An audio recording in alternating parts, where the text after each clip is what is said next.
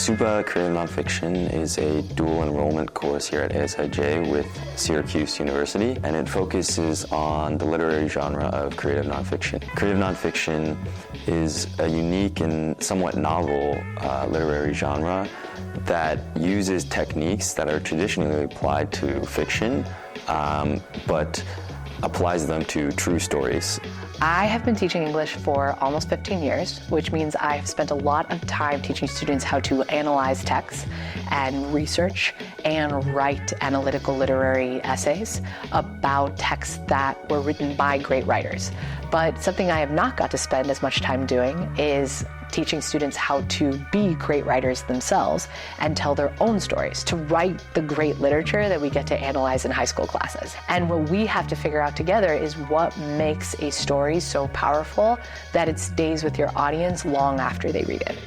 Through taking creative nonfiction, I feel like I've been able to understand myself better as a person because we spend so much time sitting in our experiences and sort of delving deeper into them so we can portray them in the way that was emotionally true to us at the time. Even reading pieces that I've done throughout the year, I really can sense how I've, grown as a person, and I've also been able to understand myself a bit better and learn about different aspects of myself.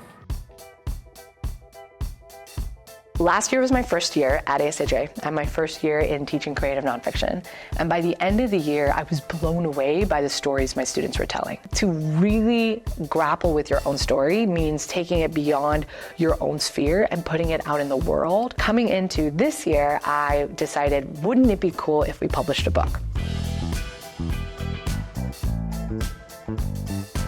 When we started this publication project, the first thing we did was we brainstormed provocations. Because everyone was writing a new piece, we wanted something to sort of prompt and make them think before they started writing a new creative nonfiction piece. Everyone came up with a provocation and we presented them to the entire group, and we had a democratic vote, and we ultimately landed on this provocation of seishun, which is a term in Japanese meaning blue spring. It kind of encapsulates the feelings of youth and flowing youthfulness. So I was part of the editing team, and our primary responsibility was to look at all the pieces and to go in there and make edits, and give suggestions. We talked to Ivy Kleinbart, who is the professor at Syracuse University who created this course. We asked her a few questions about why she created this course and what her personal definition of creative nonfiction is, to help us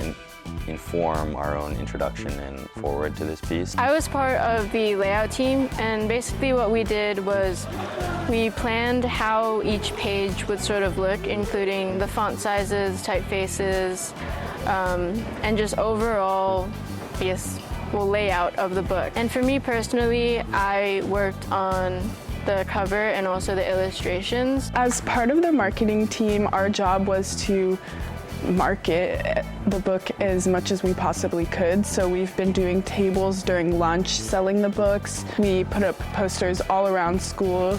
We even met with faculty from the high school, middle school, and ES, sort of pitching our books to faculty around campus. Our team as a whole did a really great job as to letting everyone else know what SUPA Creative Nonfiction was really about in our very first book. I think that got people really excited. That's kind of why there's so many people signed up for next year. It definitely came as a shock to me that over 100 students have signed up for this course next year.